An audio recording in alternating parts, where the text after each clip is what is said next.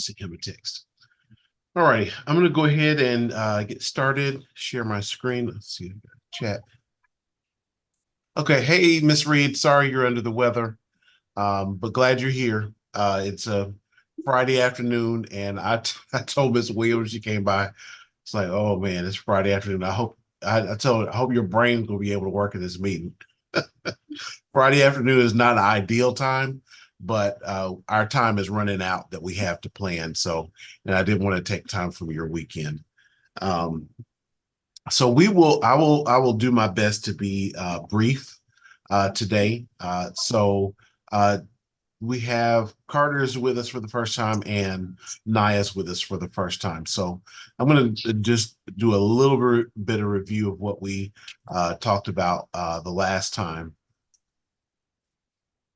So, all right. So this is the engineering design process that we are wanting to use across the board in the program. It has the steps that are needed to get through really what is an engineering project, but this could be used for a lot of different things. So we're going to be using it for planning our activities for the summer. Okay. So our problem is that we want to find engaging STEM related project-based learning projects that will cause students to use critical thinking skills and really to develop exposure to some different things over the summer. And we're hoping to carry this into the school year and then from there extend it into actual competitions that students travel and compete in. Okay. So we are in the brainstorming and research stages right now. With brainstorming, we can of course come up with some things, but the research comes into play when we're looking at having concrete strategies and concrete procedures for doing the particular projects. Another thing that we want to look at is this rubric for project-based teaching. This column on the right is the gold standard for a project-based learning teacher. And the things that are in the lessons that we're looking at are don't encompass all of these, but some of these are teacher activities or teacher or sometimes student behavior. And these are things that are guided by and set up by the teacher.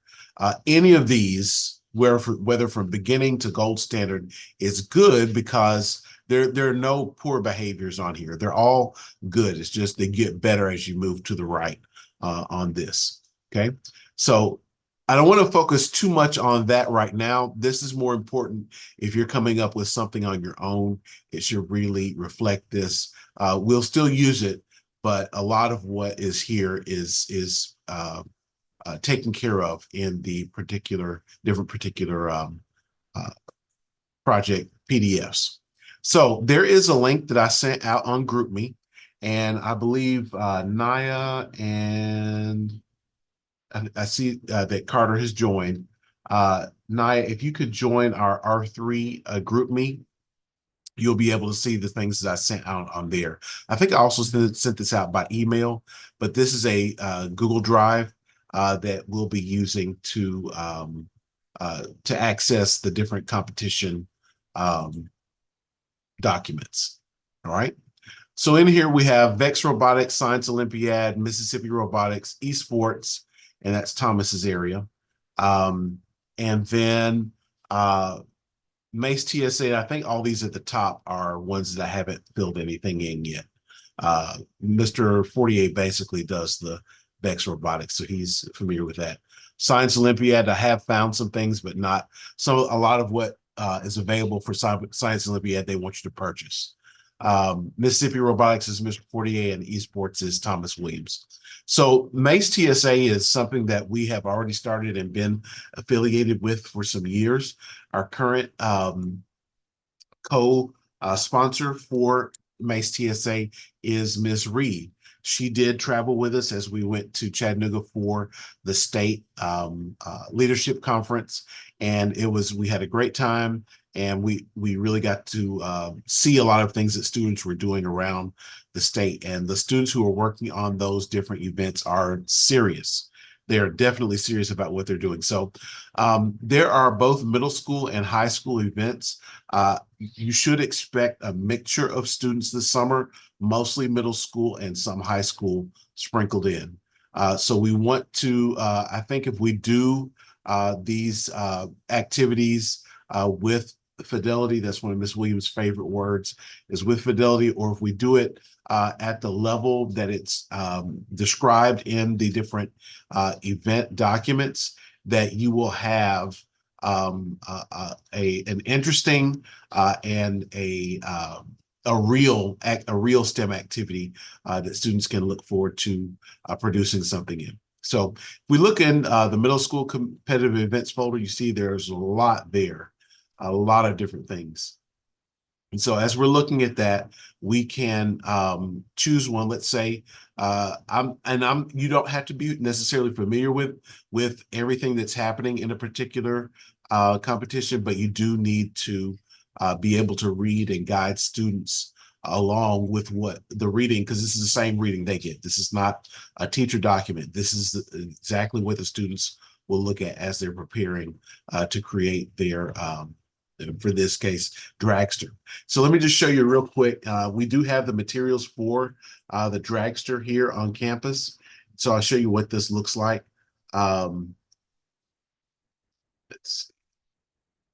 see. TSA Dragster. All right, this is what this looks like.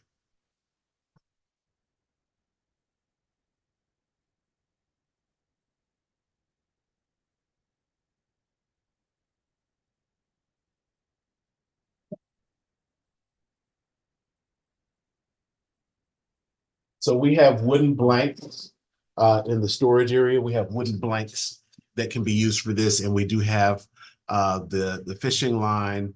We didn't order a full track because we use the hallway as our track, but we have the launching station that can be used, and I believe we have something that will clock the two cars as there are the two dragsters as they're going. Okay, that's what dragster looks like. Very similar to the derby in Boy Scouts. Okay, so that's what that looks like. I'm not going to go through all these because we'll be here all day and all night if I try to do that. So we're back to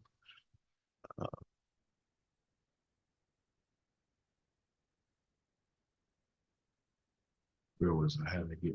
Oh, here we are. So here's the dragster. There are a lot of different things there you can choose from.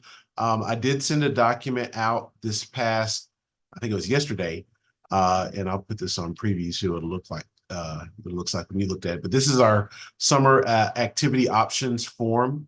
I would like for you to put in the title of an activity you want to do, and then the instructions in one document for that particular activity. In the STEM competitions folder, there's so much that you can look at. I really like for you to take your time and go through these and take a look. Now, I know mock trial is not necessarily STEM, but it does have to do with developing critical thinking. And one of the things that our students need to be able to do is listen to what a person is saying and then make a determination or a judgment, basically, on what they're saying using the facts that are involved. A lot of our students are not familiar with using the tools of logic and rhetoric in order to make informed decisions. And that's one of the most important things that an education is supposed to do for a person. You're supposed to be able to listen to a politician, or let's say maybe an employer, like, is that true? Maybe I could look that up and verify whether or not they're telling the truth or misleading you. So this is one of the things that mock trial will help students to do. You hear people talking about fake news all the time. Well, this is a way that we can help our students to weed through what's being given to them. And when they have determined that they have an idea they can they can they can volunteer to say, hey, this is my point of view. This is why I believe it. These are the facts. This is how it affects people, etc. So I saw Mr. Williams, you said sign me up. Which one are you interested in?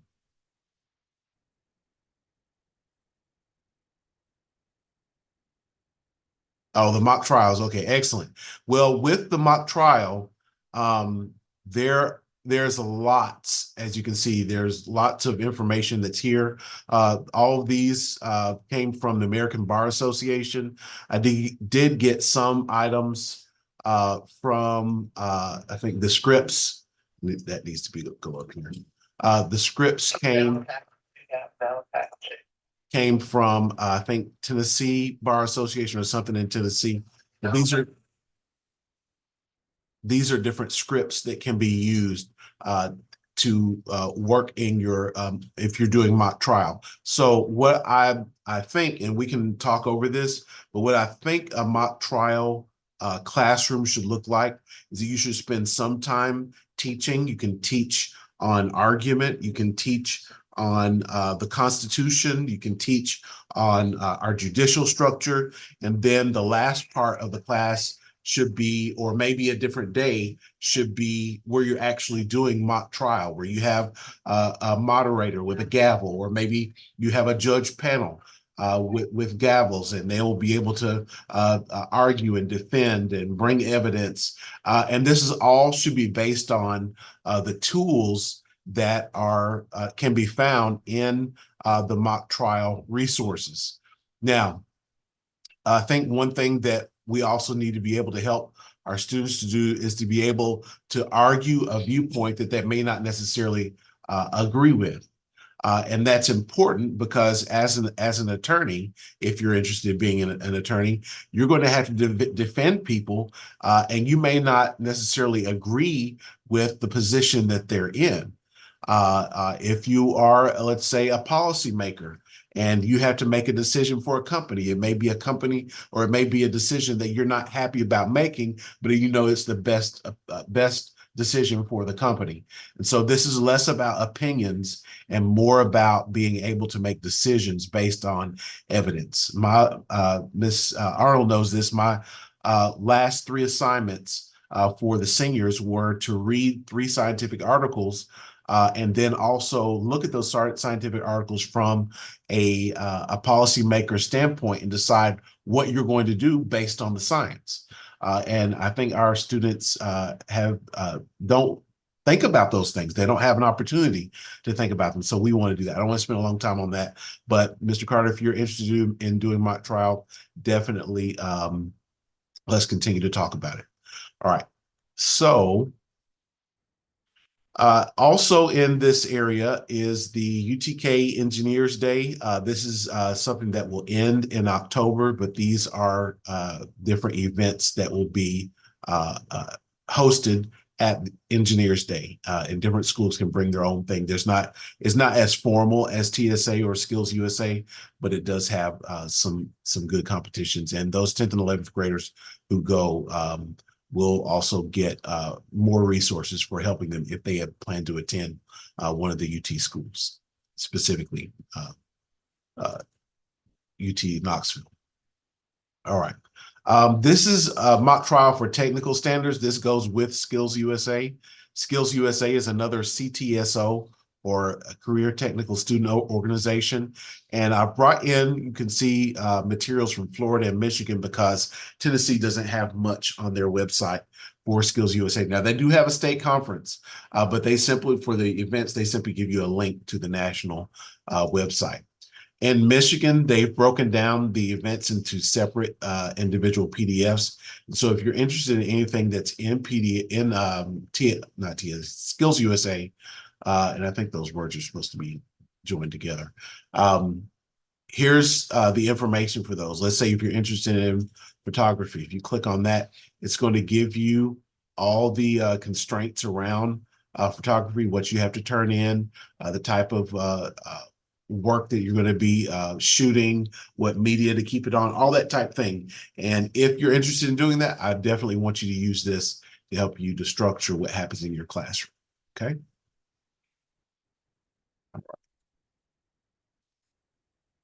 All right.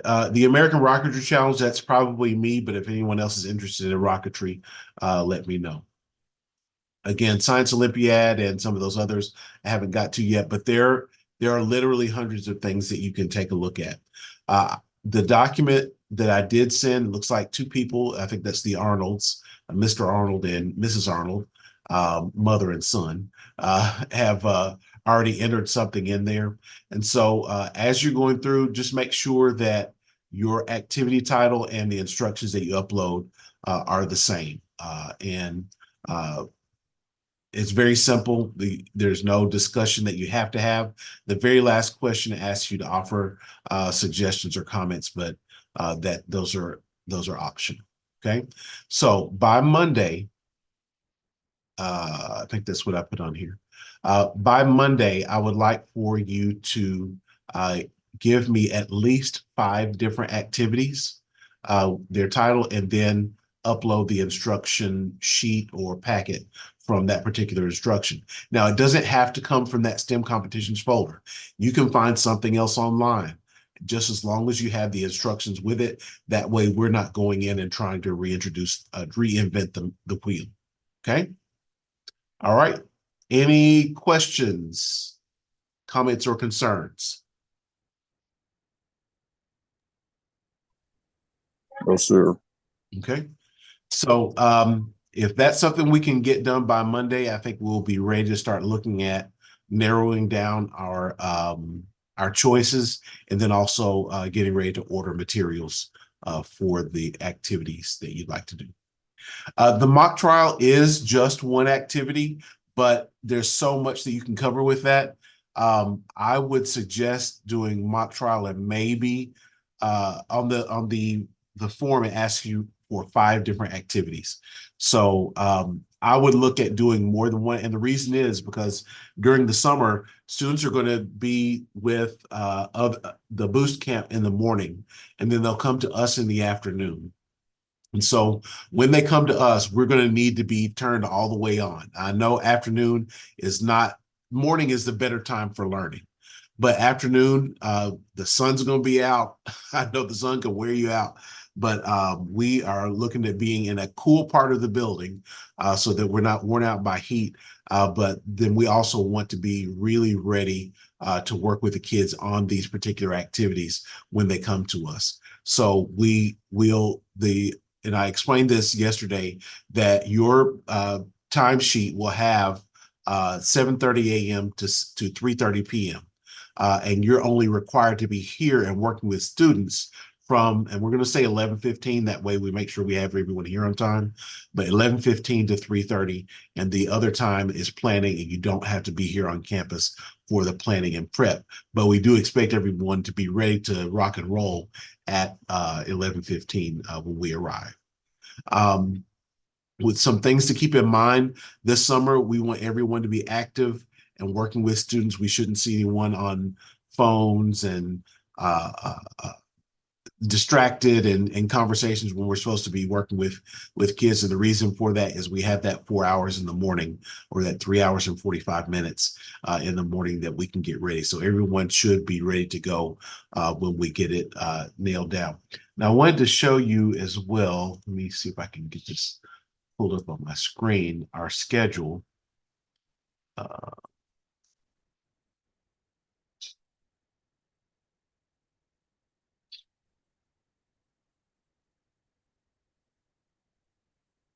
Just a second.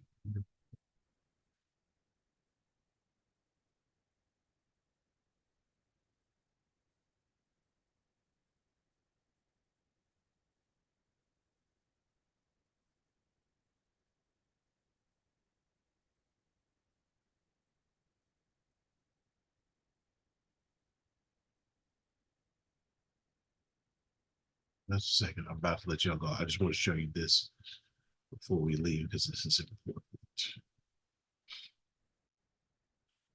So, share screen.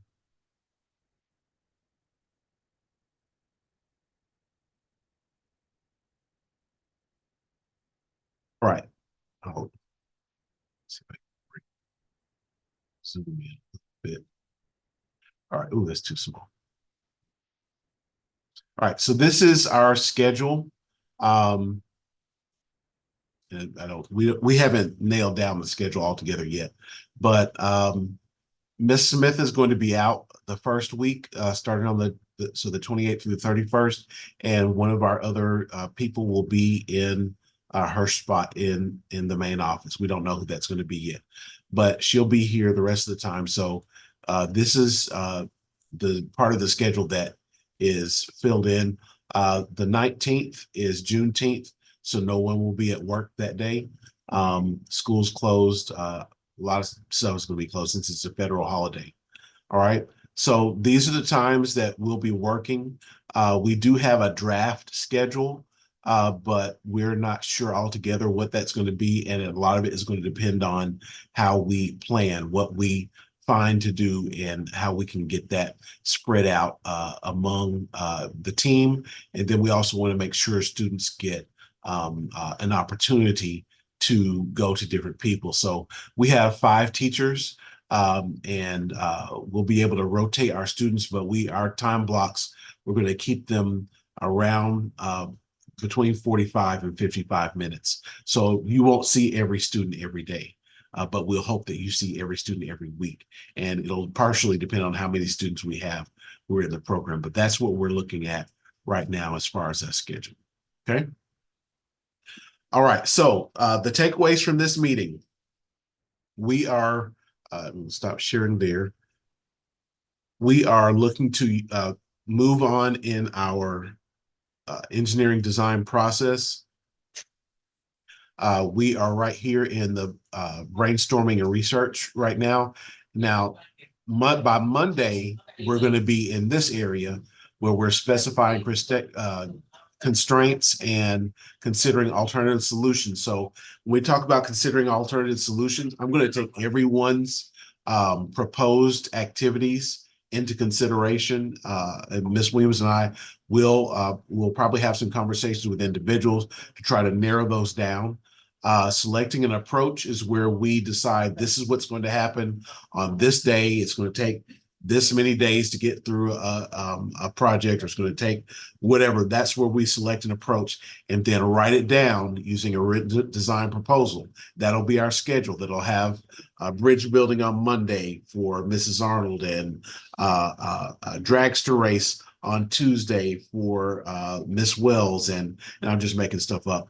But whatever the case is, also for our new people, we are looking to have a commercial refrigerator in the gathering room this summer, and then Miss Williams is working on verifying whether or not we're going to be able to do actual cooking. So that'll make a difference as well. All right. And then once we have a written design proposal, we're going to poll students with the activities that we have selected and ask them to decide whether they're first, second, and third choices for the first week of the program. At the end of the first week, we'll do another survey, ask them for their first, second, and third choices for what's being offered the following week. And hopefully that way we'll be able to keep student interest high throughout the program and have a productive program that hopefully will give us a good start to what's going to be happening in the fall and the spring, when we actually start taking students to these competitions. I just got the 10-minute warning. All right. During the summer, we'll be testing and evaluating to see if it's working. We'll use the rubric to see if we're hitting most of these bullets, though over here on the gold standard, even though I know most of you are not certified teachers, so I'm not expecting you to be better than the people who actually get paid for it. But we're going to try to use as much expertise and willpower and effort as we can to get there. And then we'll refine and improve as we go through the summer. And then we should see students creating and making a project, and we should be developing a program that will feed into competitions, that will assist what's happening during the school day, especially in STEM classes, and then also support the skills that students are learning in their math and English classes. All right. So at the end of the summer, we'll be able to say, hey, if we do what we set out to do, and we'll be able to give ourselves some direction moving forward in the program. All right. Any questions, concerns, comments, fears? Nobody? All righty. I'm going to post the meetings that we've had this week on YouTube, so you'll be able to go back and review anything that I've said or that we've said during these 2 meetings. All right.